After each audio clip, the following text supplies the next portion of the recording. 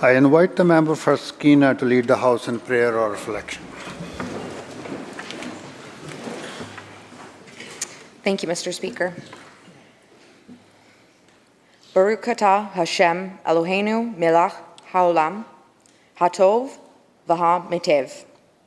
Blessed is the Lord, King of the universe, who is good and causes good. O guardian of life and liberty, may our nation always merit your protection. Teach us to give thanks for what we have by sharing it with those who are in need. Keep our eyes open to the wonders of creation and alert to the care of the earth. May we never be lazy in the work of peace. May we honor those who have died in defense of our ideals. Grant our leaders wisdom and forbearance. May they govern with justice and compassion. Help us all to appreciate one another and to respect the many ways that we may serve you. May our homes be safe from affliction and strife, and our country be sound in body and spirit. Amen.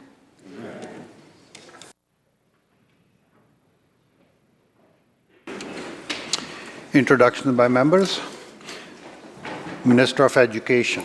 Thank you, Honourable Speaker. As you can see, today is Pink Shirt Day, and we are all here to stand united against bullying and hate of all its kinds. And I rise today to introduce a special group of teachers and kids who joined us this afternoon for our Pink Shirt event today at the Legislature. From Ryan Reynolds Secondary, we have choir teacher Katie Kerr and the junior choir who provided a fantastic performance of Time After Time. And Tricia Heinrichsen, a teacher at James Bay Community School, also brought her grade 4-5 class, elementary class to learn about Pink Shirt Day. So I'd like the members to please join me in welcoming them, along with Councillor Sherry Thomas from the Esquimalt Nation, who provided us all with a warm welcome. Thank you.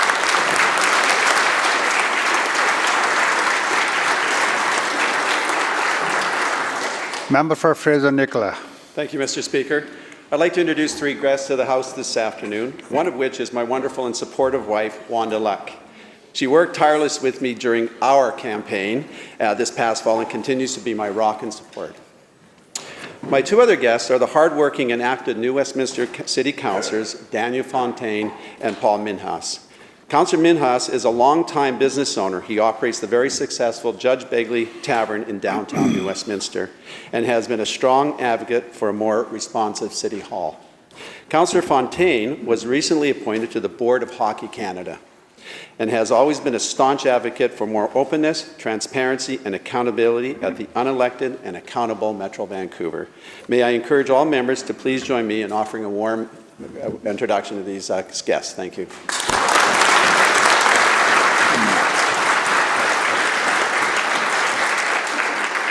Minister of Housing and Municipal Affairs. Thank you so much, Honourable Speaker. I have some guests here from different parts of within the Ministry of Housing. Folks up that are visiting today, they all work in the different ministry offices. I want to welcome from the Deputy Minister's Office, Jana Sexton, Amy Greenwood, from the Assistant Deputy Minister's Office of Homelessness and Partnerships and Housing Supports Division, we've got Rebecca Harris, and from Assistant Deputy Minister's Office, Housing and Land Use Policy, we have Laurie Duncan. I'm hoping the House can make them all welcome today.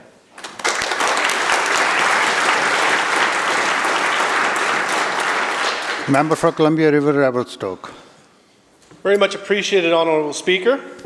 Today we have many teachers from across the province in the gallery participating in the Teacher Institute for Parliamentary Democracy. I myself in 2022 was a proud graduate of that program here, and the work from the Parliamentary Education Office team, Karen, Michelle, Nathan, I know you certainly changed my life, and I know the first-class treatment these teachers will receive here will be one that memories they'll have forever. So please join me in welcoming these great teachers, as well as congratulating the Parliamentary Education Office staff.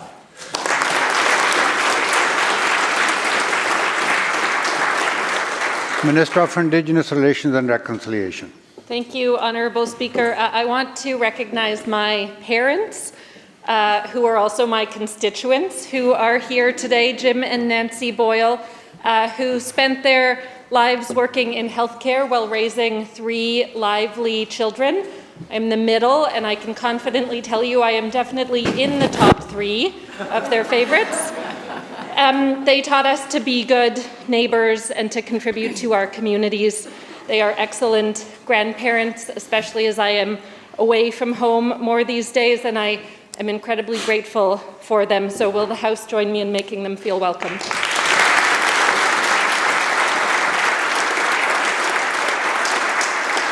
Minister of Children and Family Development.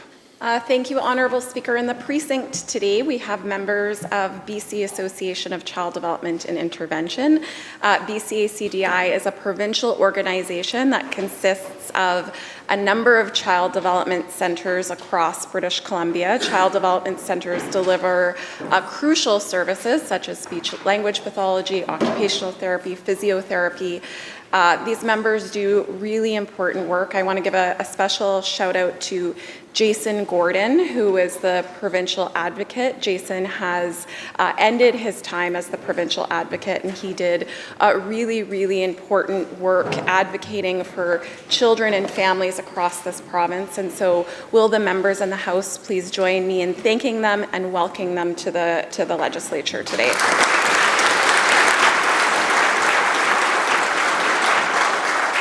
Member for Skeena.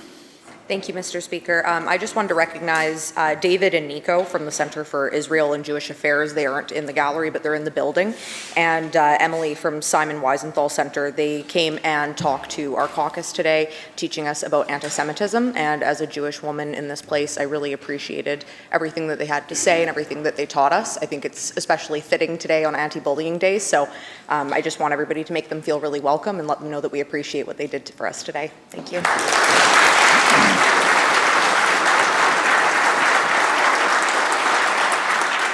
Minister of Labour.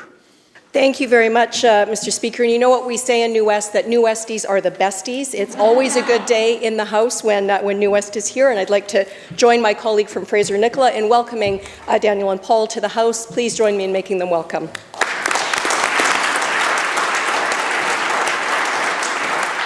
Minister of State for Trade. Thank you, Mr. Speaker. I'd like to introduce two of my constituents that are in the House today, one of which I've known since 2008 when she flagged me down after one of my first municipal council debates when I first ran for city council, and has been a volunteer and a friend ever since, Jackie Boyer. And the second is also a really great constituent who's familiar to this House because she was here when I asked her to marry me a little while ago. And so my wife, Haven Lerbecki, would the House please make them both feel welcome.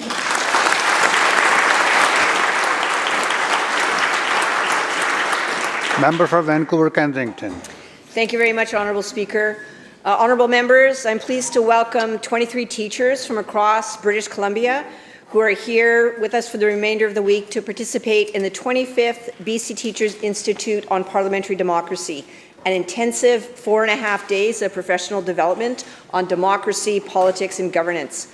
They're continuing to expand their knowledge of our parliamentary system to return to their classrooms to better equip BC students on democracy and civic responsibilities. They're also joined by 3 of their peers who are returning in the role of facilitator, Michelle Cumberland, Michael Cook, and Lisa Reed.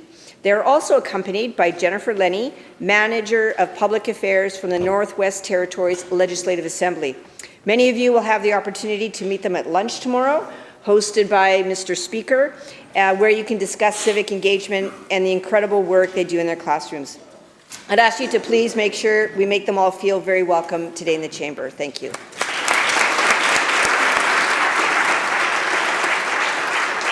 Minister of Education. Thank you, Honourable Speaker. Our grade 4 or 5 class, all wearing their pink shirts from James Bay Elementary, has arrived now.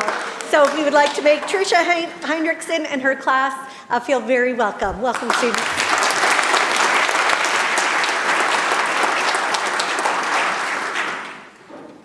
Madam Clerk. Introduction of bills. Member for Vancouver, Prince George Mackenzie. Mr. Speaker, I move that a bill entitled Low Carbon Fuels Amendment Act, of which notice has been given in my name on the order paper, be introduced and read for a first time now. Mr. Speaker, I'm very pleased to present this bill in the legislature. It's very important for workers in Prince George Mackenzie and indeed for BC's economy. In a time when trade and sovereignty issues are top of mind, we can't let BC's own laws take jobs away from British Columbian families. Flaws in the NDP government's Low Carbon Fuels Act have enabled subsidized American refineries to engage in the dumping of renewable diesel into the British Columbian market. Tidewater Renewables, in my riding, produces renewable diesel out of Canadian canola oil, beef tallow, and used cooking oils. Their parent company also operates a legacy refinery in Prince George that is part of these operations. Together, the refineries employ 165 family-supporting jobs and hundreds of spin-off jobs related to this strategic asset. The refineries in Prince George serve the forestry sector, the mines, the Port of Prince Rupert, trucking, and drivers across northern BC to keep people and our economy moving. The jobs and the strategic economic output are at severe risk due to the government's 2022 version of the Act. Tidewater has publicly disclosed that it is facing insolvency as early as March of this year. Unless a solution can be found, both the renewable diesel and legacy refinery are at risk of closure.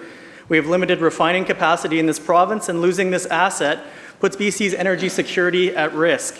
It would lead to supply disruptions, fuel price fluctuations, and an increased dependency on the United States to provide our fuels.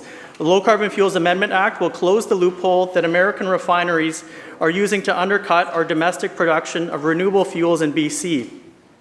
When refineries outside of British Columbia are provided with production subsidies, this Amendment Act will give the Director the authority to reduce the compliance units eligible to be received by the importer into BC by an equal amount. This will level the playing field in the low-carbon fuels market here in British Columbia. Mr. Speaker, there is no carbon benefit in renewable diesel being shipped by rail from Louisiana. This bill is about saving jobs and protecting our energy security in British Columbia, and I'm asking all members of this House to join in supporting the quick passing of this bill before it's too late.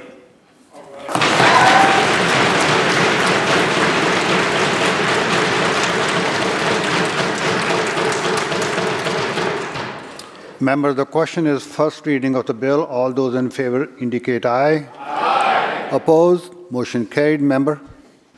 Honourable Speaker, I move that the bill be placed on the orders of the day for second reading at the next sitting of this House after today. You have heard the question. All those in favor indicate aye. Aye. Opposed? Motion carried.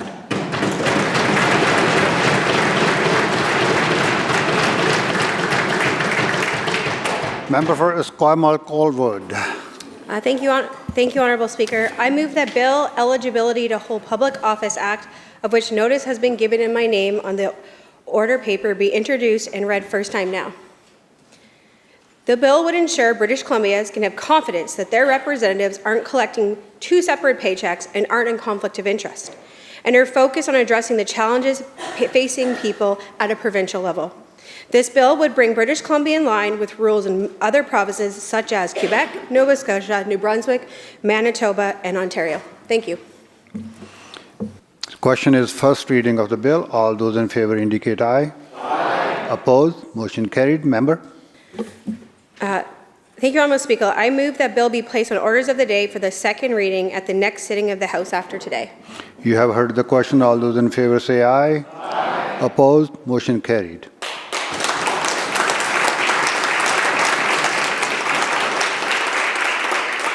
Madam Clerk. Statements by members. Member for Burnaby East. Mr. Speaker, I'm honored to lift up an organization that is dedicated to meeting the needs of community. In 2017, Teresa Rasquina founded Ryan's Rainbow Emergency Food Outreach Society. It's a 100% volunteer-run nonprofit in Burnaby East, which provides emergency food assistance to ensure that individuals and families in need can nourish themselves and their loved ones. The heartbeat of Ryan's Rainbow is local community involvement, a collective effort of 45 dedicated volunteers who offered their time and energy. And it is the support of local businesses that power the organization's work and its impact. Mr. Speaker, among the dedicated volunteers are David and Rose Turin, Earl, Patty, and Nino, all of whom consistently help with donations pickups. Mirella, who takes care of the needs of mothers and children every Thursday by distributing diapers, formula, and other necessities for infants, toddlers, kids, and new moms. Andrea, who picks up donations from Langley Farm Market every Thursday morning, and Tina Chacha and her team of 3 who manage clothing and furniture donations, often helping families settle into their new homes in a new country. Mr. Speaker, Ryan's Rainbow creates a compassionate and inclusive environment for everyone they serve, not only addressing immediate food needs, but also empowering individuals and families to achieve long-term food security. Often for volunteers, this is a commitment as a family and speaks to their values of love and community service. And so I'd also like to take this moment to congratulate Tina Chacha's parents, Giovanni and Satina Chacha, who celebrated their 70th platinum anniversary on February 19th. Still full of happiness, humor, and joy. L'amor che muove il sole l'altre stelle. The love that moves the sun and other stars. Dante. Thank you, Mr. Speaker.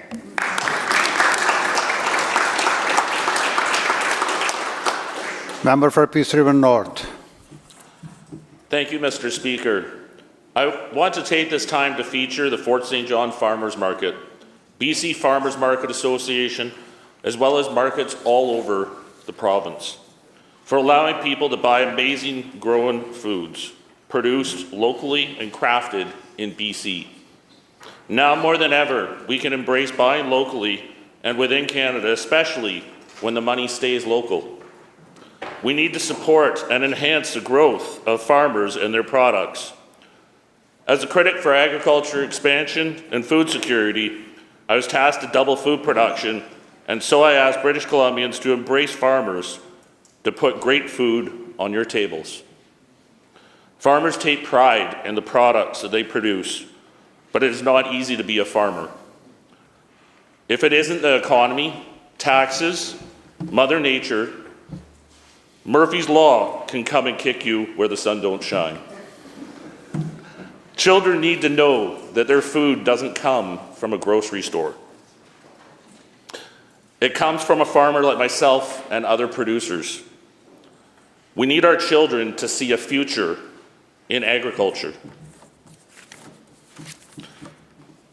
I would also like to feature and thank 4-H, an organization that helps teach our youth to respect others, to raise animals, and so much more.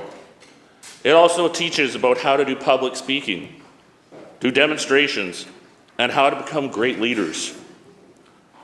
I was in 4-H, and it was one of the best things that ever happened to me. It's actually one of the reasons why I'm speaking right now. In 4-H, we pledge my head to clearer thinking, my heart to greater loyalty, my hands to larger service, for my club, my community, my country, and my world. It's not just a product that farmers produce, it's a way of life. And this is part of who I am and where I come from. Thank you, Mr. Speaker.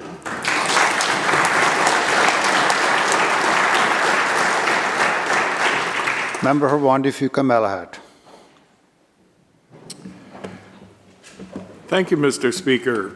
3 weeks ago, on February 7th, I attended a long-anticipated event to celebrate the beginning of construction of the Little River Crossing and multi-use trail project, which will form a vital link in my community, the district of Souk, between the neighborhood of Sun River and École Poirier Elementary and Journey Middle Schools. This corridor will provide a safe alternative to a 4-kilometer journey along a very busy section of Highway 14 into a 600-meter pedestrian-friendly path, reducing the distance by 85%. It offers an opportunity for residents and visitors to my community to enjoy the natural environment as it passes through some rather difficult terrain in a forested area that also includes a 110-foot span across the Little River. Additionally, it will provide multimodal connectivity between Souk's town center and the newly constructed Ravens Ridge Sports Box, where at the grand opening, former Premier and longtime Souk MLA John Horgan proudly displayed his lacrosse skills to a number of local youth and community leaders. This project is a result of vision and dedication of many, including the Parks and Trails Advisory Committee and the Juan de Fuca Community Trails Society. Special thanks goes out to Sauk Nation Chief Larry Underwood, David Planis, and Billy Mobley for their cultural and environmental guidance. I also want to acknowledge Emma Taylor, Parks and Facilities Manager for the District of Sauk, and Laura Hooper for their leadership. This $2.7 million project is made possible by partnerships and funding support, including $1.3 million from the Government of Canada's Active Transportation Fund and $500,000 from the Province of British Columbia. Thank you to all the partners, including the Sauk School District 62, for making this vision a reality. Thank you.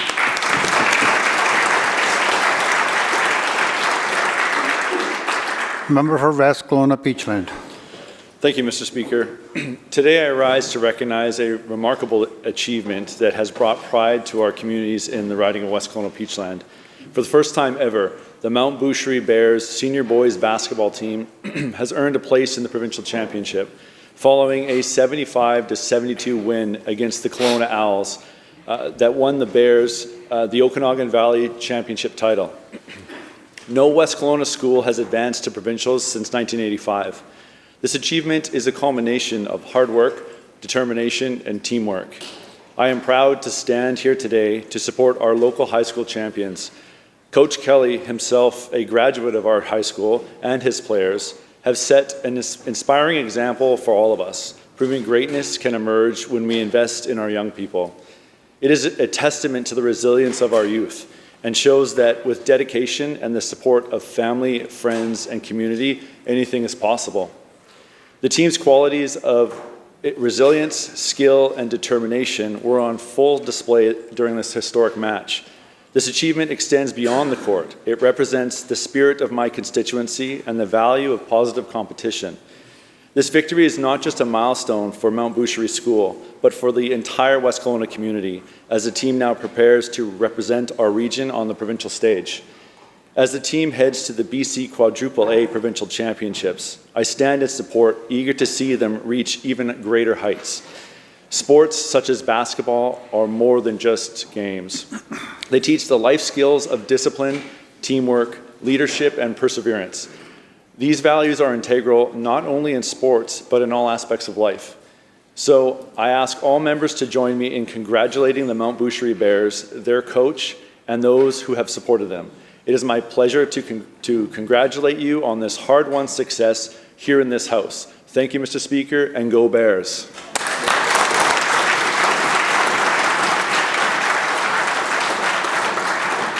Member for Coquitlam-Malardville. Thank you, Mr. Speaker.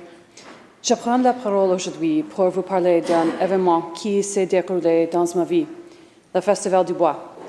Nous célébrons le 37e anniversaire du festival. Le Festival du Bois est une occasion importante pour la communauté. Nous célébrons la tortillère, la culture, la musique, la langue, l'histoire et le cœur des Canadiens français. I stand today to share with you all about the Festival du Bois. This is the 36th year of the festival, held in the heart of Coquitlam-Malardville.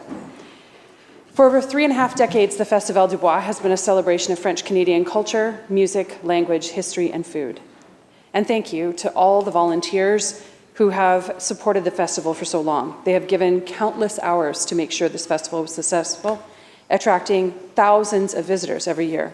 Their dedication brings the Festival du Bois to life. One volunteer is retiring after many years of giving so much, Johanne Dumas. Her passion to promote, celebrate, and elevate French-Canadian culture have been an essential piece of the festival. We all thank her for her dedication and know that we will still see her every year, hopefully spending more time enjoying than organizing. Merci, Joanne. We normally say that someone has big shoes to fill, but in her case, it is a big smile and an even bigger heart. I also wish to thank the incoming president of La Société Francophone de Malardville, Huja Parsan, and wish her the very best as she starts this new journey.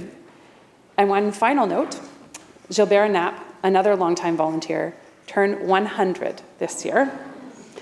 Up until 3 years ago, she was still making the tortilla meat pies for the entire festival. So she will be there to celebrate her 100th birthday. So if you can, please join us under the big tents in Mackin Park for the 36th annual Festival du Bois on March 7th to 9th. Merci.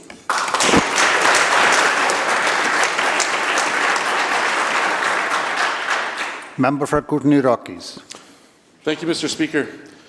I rise today with deep humility and immense pride as the elected representative for Kootenay Rockies. Because, Mr. Speaker, if you've ever experienced the Rockies, the Kootenay Rockies, you know we don't just have it all. We have something truly extraordinary. Towering snow-capped peaks, crystal lakes, endless untamed forests, the Kootenay Rockies don't just whisper for attention, they command it. But the true heart of the Kootenays is just not the land, it's the people.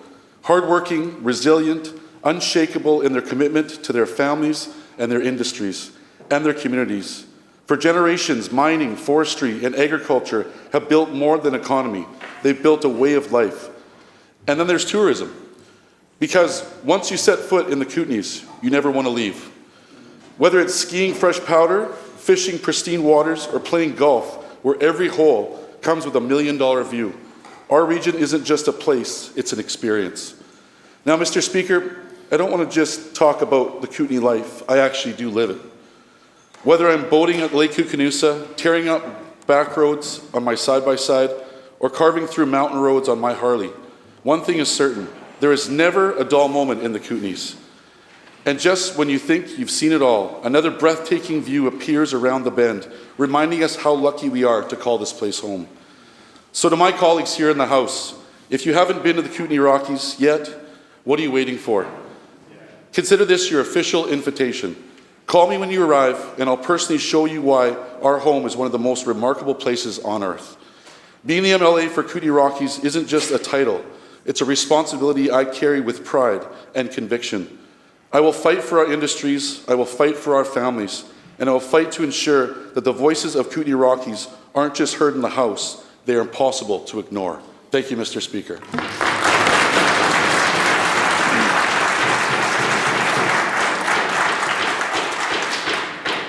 Madam Clerk. Oral questions by members. Leader of the Official Opposition. Thank you, Mr. Speaker.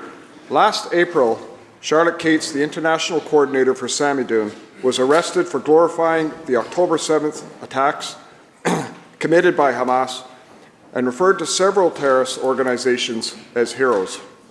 The Vancouver Police Department recommended charges against Cates in June, and Samidoun, her organization, was listed as a terrorist organization under the Criminal Code in October.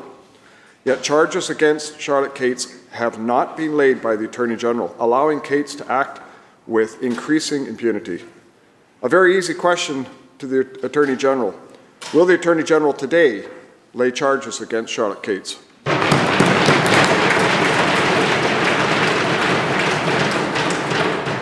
Attorney General. Thank you, Mr. Speaker. I want to start by saying that anti-Semitism has no place in this province, in this country, in this world. We all need to do everything we can to step up every system available to make sure that we're combating anti-Semitism in all its forms. Mr. Speaker, I don't lay charges as Attorney General. The Leader of the Opposition has been in government a long time. I'm sure he knows that it's the BC Prosecution Service's job, which acts independently of government, to lay charges. But Mr. Speaker, we are doing everything in our power to combat hate in this province. Not only am I informed that the BC Prosecution Service hate crime policy now includes willful promotion of anti-Semitism. They've laid charges in a case in January 2025 in Kelowna. We've made security funding available to institutions like synagogues and other organizations to keep them safe. We've included bubble zone protections for Jewish schools, mandatory Holocaust education in schools, and a new anti-racism incident helpline. And that is for anybody out there that's experienced anti-Semitism to call 24 hours a day. They will receive services and get the help they need. Mr. Speaker, we all need to work together to make sure we're pushing back on any rise in anti-Semitism. Thank you. Leader of the Official Opposition Supplemental. Thank you, Mr. Speaker. And yet, Weekly, we have marches here right in Victoria chanting slogans of hate. Mr. Speaker, let's be clear. Charlotte Cates is the head of a terrorist organization who advocates terrorism and celebrates the slaughter of people who were celebrating peace at a music festival. Instead of criminal charges, Charlotte Cates went to Iran to collect a human rights award. Instead of criminal charges, Charlotte Cates went to Beirut to honor deceased terrorist Hassan Nasrallah of the Hezbollah. It has been 9 months since charges were recommended. The Premier is a former Attorney General, and certainly here on Pink Shirt Day, will the Premier demand that his Attorney General send a strong message that glorifying terrorism and hate has no place in BC and lay charges against Charlotte Kate?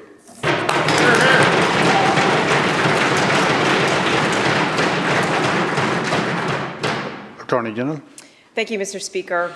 We are sending a strong message. In fact, we as a government have done way more to combat hate than any government in history in this province, whether it's passing anti-racism legislation to make sure that anti-Semitism is included in there, and that would make sure our government services are tasked to remove any forms of hate, including anti-Semitism, from their services. We've launched helplines that did not exist before to make sure people are getting the services they need and directed to the supports they need when they experience anything.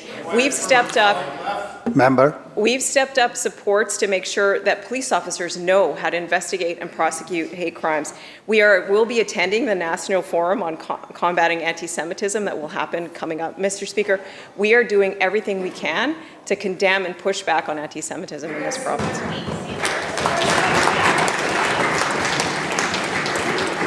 Member for Abbotsford West.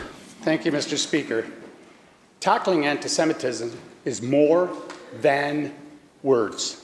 It takes sustained and focused action. We in the official opposition proposed an anti-Semitism strategy during our election. It's been 16 long months since October 7th attacks on Israel, and this government says it is listening. How long does it take to listen before this government will finally start to act on anti-Semitism in British Columbia?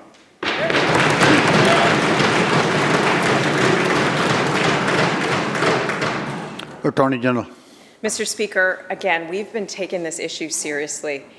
Not only has the Premier, but I myself have met with many Jewish organization groups in this province to understand what tools they need to combat it, whether it's getting better security funding available for synagogues, whether it's the bubble zone legislation that protected Jewish schools, mandatory Holocaust training, the new helpline, which specifically is funding and resourcing Jewish organizations to help people that are facing anti-Semitism, or the direct inclusion in our Anti-Racism Act of anti-Semitism as part of it.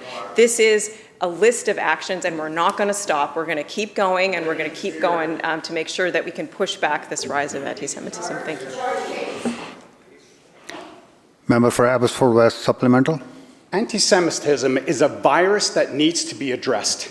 And the shocking rise in British Columbia alone is validation enough that we finally need some action.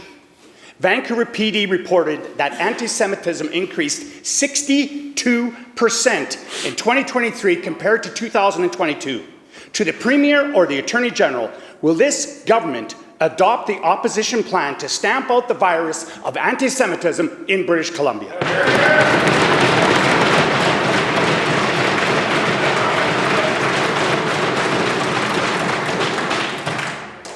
Attorney General. Thank you, Mr. Speaker. And I do think this is a very important topic that's being talked about today. We've been seized with every action we can take to push back on anti-Semitism. Again, I remind the members opposite, some people are new, that the BC Prosecution Service acts independently and is tasked with laying charges and doing that side in the justice system. My job is to make sure the system is tooled with what it needs to respond. We have taken action, tons of actions, and this time the Premier has tasked me with looking again about how we can make sure our hate crime policy and everything in this province is directly focused on combating anti-Semitism and all forms of hate in this province.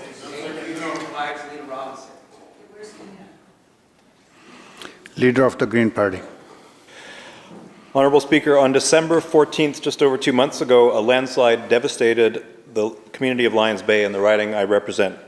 The resulting debris flow of rocks, trees and mud buried a home, killing longtime residents David and Barbara Enns. This is a tragic loss. The bereaved son and daughter of the Enns have been denied disaster financial assistance. They were told the event was not sufficiently widespread or extensive. The family told me it seemed like an attempt to, quote, wash their hands of us because we don't have a loud enough voice. Right. The magnitude of the event shouldn't matter. We feed cynicism when our government isn't there for people when it should be.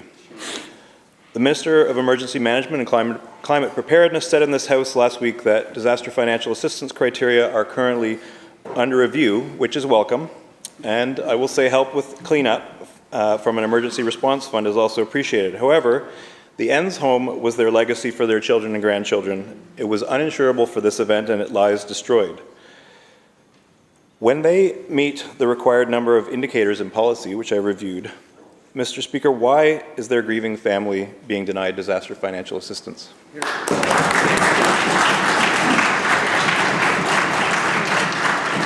Minister of Emergency Management.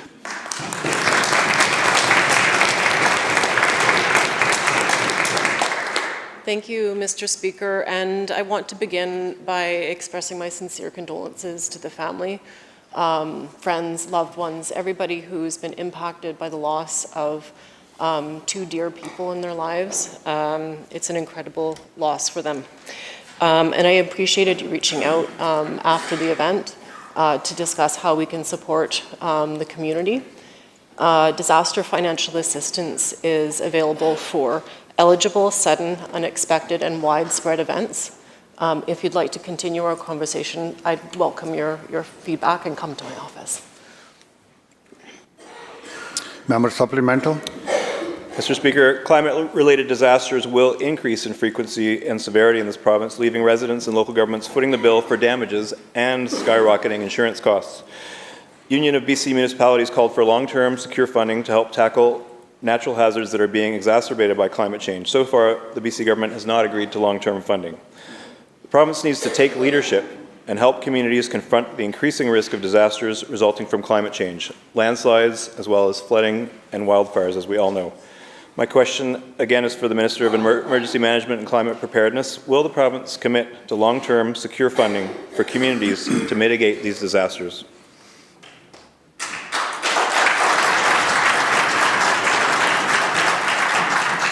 Minister. Thank you, Mr. Speaker. And to the member, I think it's a really important question about how we move forward as a province. We are experiencing increasingly severe events that are escalating due to the effects of climate change. And we know that we need to support communities to be more resilient, to be able to recover quickly, more quickly after disaster strikes. And that's why we're partnering with communities, with First Nations, to make sure that we understand the needs of communities and are meeting those unique needs, because hazards differ depending on where you are in the province. We've provided $487 million to help communities prepare and mitigate risks, and taken important steps to change the way that we respond to emergencies, including BC Wildfire Service being year-round, and additional alerts for emergency heat response and other important things. So it is top of mind for our government, and we want to continue to make those investments to keep people safe, Mr. Speaker.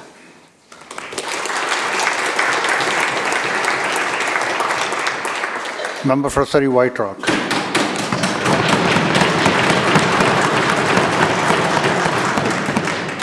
Thank you, Mr. Speaker.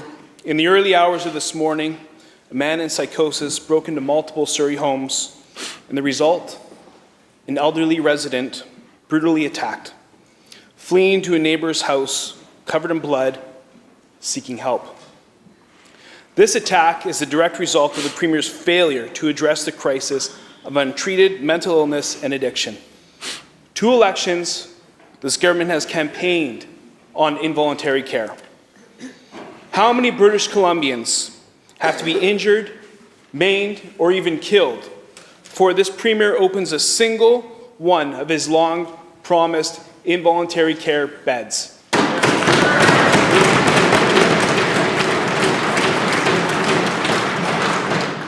Minister of Health.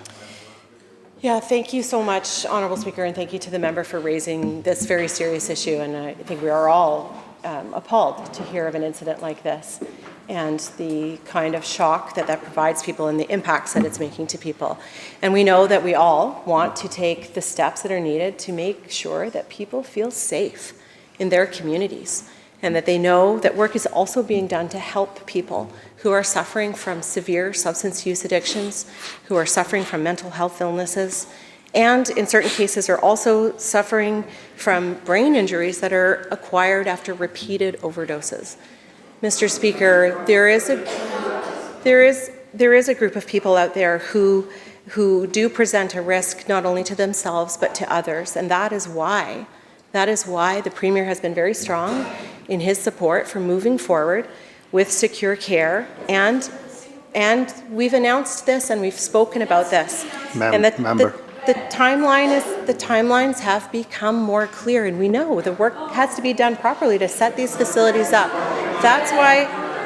Members,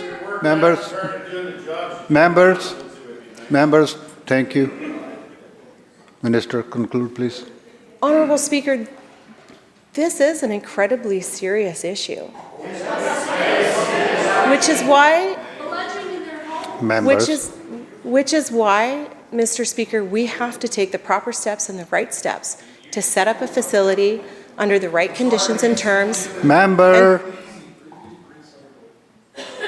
And that's exactly what we're going to do. As we've stated before, these facilities are slated, the first to come online later this spring. We are on track and we'll be delivering. Thank you. Member for Surrey White Rock, supplemental. Thank you, Mr. Speaker. The minister says, as stated before. As they've stated before. And nobody in this House or in this province would consider this Premier to be strong on this topic.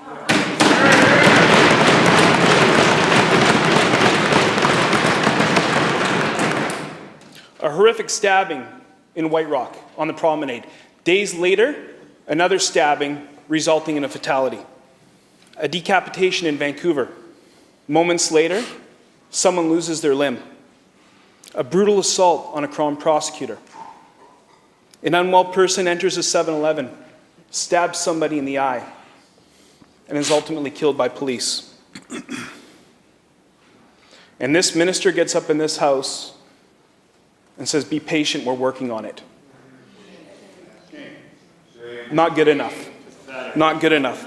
How many more innocent victims need to suffer or die?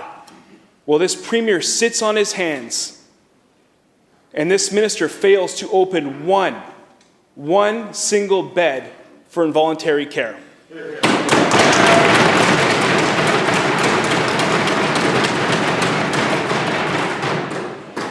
Minister of Health. Thank you so much, Honourable Speaker, and I'm pleased to provide a few more details, and I hope that it will help members of the opposition understand just how seriously we take all of these issues around community safety, around supporting people who, through sets of circumstances, find themselves in a place where they are not able to help themselves in the way that we would have all hoped to see so. People know that Premier Eby has appointed Dr. Daniel Vigo No names. Thank you. As BC's first Chief Scientific Advisor to provide support on these around psychiatry, toxic drugs, and concurrent disorders, as I just spoke to, Mr. Speaker. And we will be providing longer-term care at a newly designated mental health facility for people who are held under the Mental Health Act. This first facility will open in Maple Ridge at Alouette Homes this spring. Mr. Speaker, working towards a designated mental health unit at the Surrey Pretrial Centre to provide that rapid involuntary treatment for people with these kinds of challenges. And Mr. Speaker, this also is expected to open later this spring. Mr. Speaker, in addition to this work, we will continue to build a seamless system of mental health and substance use care for people who are seeking help, who voluntarily want to seek that treatment, and we are going to continue this work. Thank you. Member for Richmond, Queensborough. Mr. Speaker, on February 13th, I attended a funeral in Surrey of a 14-year-old girl. What did she die of? A drug overdose. Mr. Speaker, only 14 years old. Her mother referred to her as sweet and innocent. She said the family was trying to work through Fraser Health to get her support, but faced nothing but roadblocks. The system failed this young girl and her family. How can the Minister of Health look this family in the eye and say she's doing everything she can to help?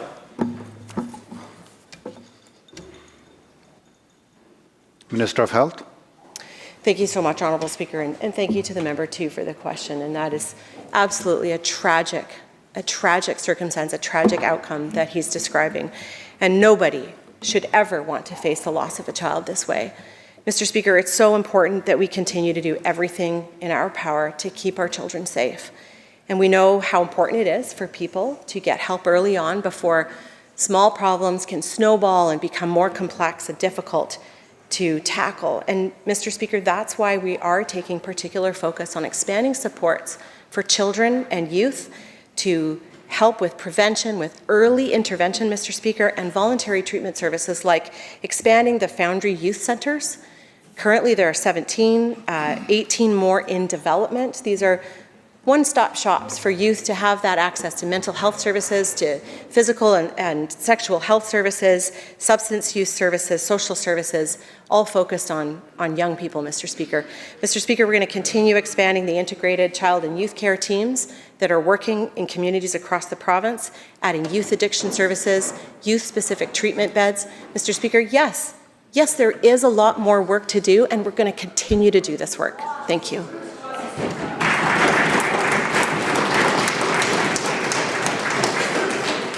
Richmond, Queensborough, supplemental. Mr. Speaker, the minister's comments have zero comfort to this family. The story gets worse. After agreeing to treatment, a Fraser Health worker met with the parents and this young girl and forced the parents to leave so the worker could talk to the girl alone. The result? The girl refused treatment. Now she's dead. And the community is enraged. To the Minister of Health, who is more important to listen to, a health authority bureaucrat or desperate parents begging for help?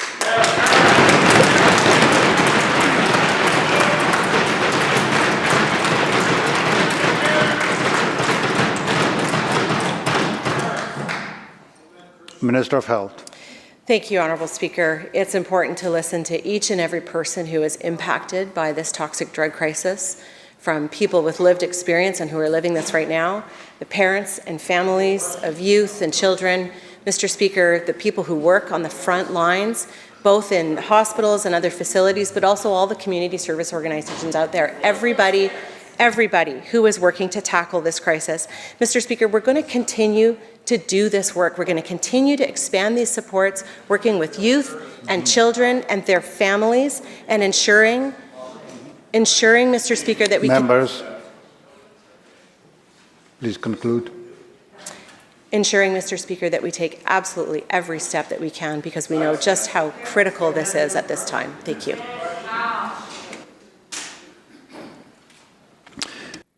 Member for Fraser-Nicola. Mr. Speaker, every day calls for an independent review of Metro Vancouver are growing. Taxpayers and others want answers and have completely lost faith in Metro Vancouver. Mr. Speaker, when will this Premier answer the calls and convene an independent review of Metro Vancouver? Yes.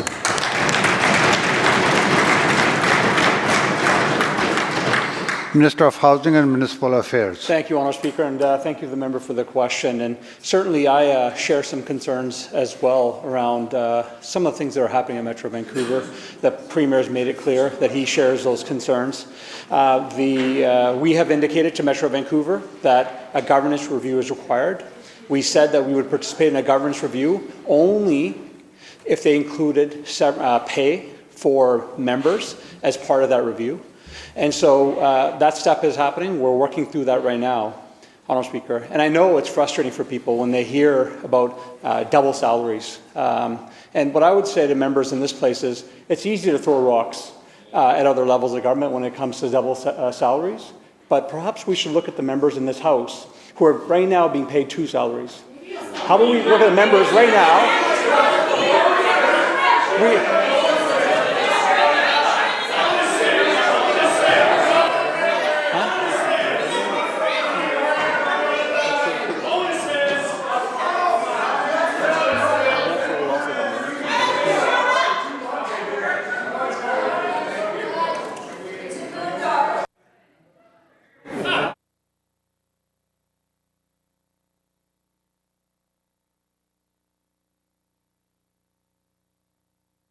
That you expected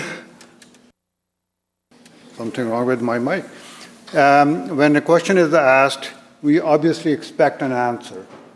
The answer can only be provided if we are prepared to listen. So please, Minister, members, Minister will conclude. Thank you, Honourable Speaker. I'll re-emphasize the point. If we want to hold Metro Vancouver to account, we want to make sure that they're transparent. We have to do the same in this House. We can't have MLAs collecting salaries as well as collecting salaries from the same community. Members. Honourable Speaker, we can't have MLAs being paid more. Members, if you are only interested in asking question, no answer, we can arrange that. Members, please conclude that. And I think members should be just as offended about salaries as they should be when MLAs are collecting 2 paychecks, Honourable Speaker. I do believe. I don't understand why this member is not bothered by people collecting 2 paychecks for doing serving the same community, Honourable Speaker. Members, Minister, please conclude. It's hard to answer the question, Honourable Speaker, when they keep heckling, but perhaps the member will ask another one and I can finish the answer. Fraser Nicholas, supplemental. Thank you, Mr. Speaker. Just an easy question. Every NDP member that did not get a pay raise, please stand up.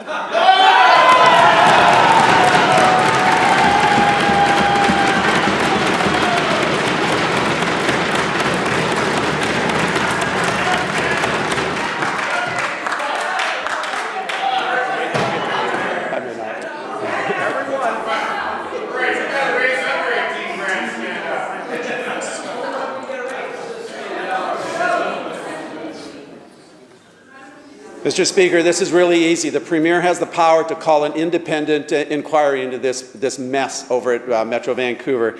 He said in the House some time ago, and I quote, if it was easy, he would do it. This is easy to do. He has the power.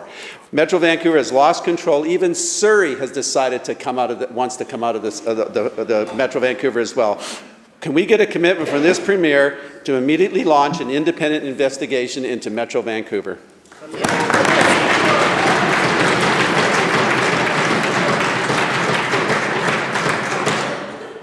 Minister of Municipal Affairs. Thank you, Honourable Speaker. Clearly, double dipping on their caucus has hit a nerve with them, Honourable Speaker. I would remind the member that all MLAs received an increase in pay. He should ask his whip, who voted in favour of that when he was on the other side of the House. And perhaps he can fill the caucus and maybe they won't cheer as loud next time the comment is made. Honourable Speaker, I want to correct the record. The member just mentioned Surrey. Surrey actually is not talking about pulling out of Metro Vancouver. I spoke with the mayor this morning. Surrey has got issues with the regional growth strategy. We had a conversation. We're going to continue to engage with them on that. Metro Van needs a governance review. As long as the salaries are included in that, we have agreed to participate in the governance review. That process is going forward, and I look forward to be able to provide information to the public about how that governance review is progressing.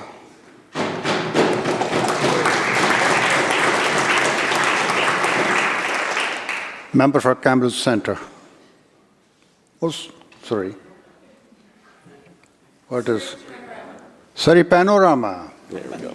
There you go. Mr. Speaker, healthcare wait times have ballooned to longer than half a year. Timely medical visits are as likely as winning the lottery. So, Mr. Speaker, with our healthcare system is in crisis. When will this government fix it before even more people die waiting for access to treatment?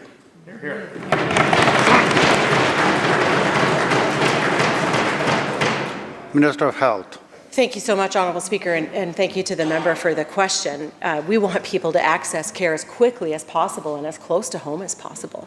Mr. Speaker, the amount of work before us all in ensuring that in this time of a global healthcare worker shortage, that we are able to train more doctors here in British Columbia, that we are able to attract and retain more doctors, nurses, all the healthcare workers across the system that are needed for a strong public healthcare system is absolutely vital. And Mr. Speaker, that's why we've been taking so many actions towards this work.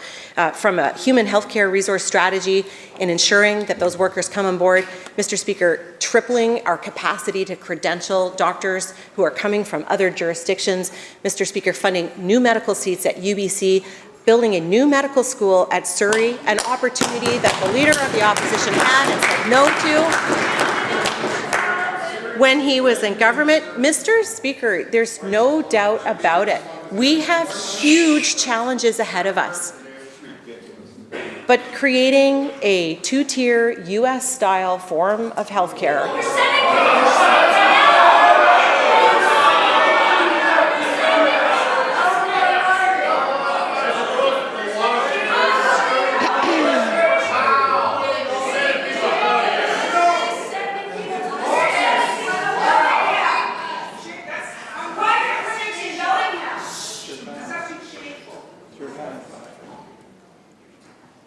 Are we done? Minister will conclude. Mr. Speaker, bringing a two-tier US-style form of healthcare into the States, as the BC Conservatives would have if they were on this side of the House, is not the answer. It would poach doctors and nurses and others from the system, and it would make things worse. It would make the problems worse. Mr. Speaker, that's why we're going to continue to take all the steps that we are to strengthen our public healthcare system, and we're not going to stop.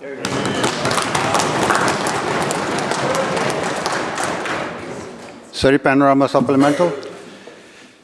Mr. Speaker, emergency wait room times continue to grow. Patients continue to suffer and die. Well, this government sits on its hands. Surrey Memorial Hospital ER wait times are already at 18 hours. And with Delta's ER closures, it's going to get worse. So, Mr. Speaker, why is this minister allowing chaos to run our healthcare system?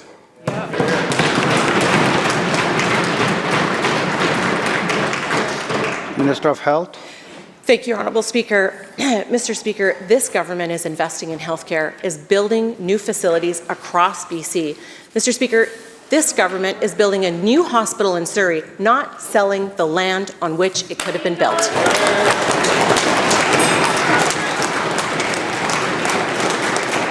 The bell ends the question period. Madam Clerk. Orders of the day. Government House Leader. Thank you, Honourable Speaker. I called a continued address and reply to the throne speech.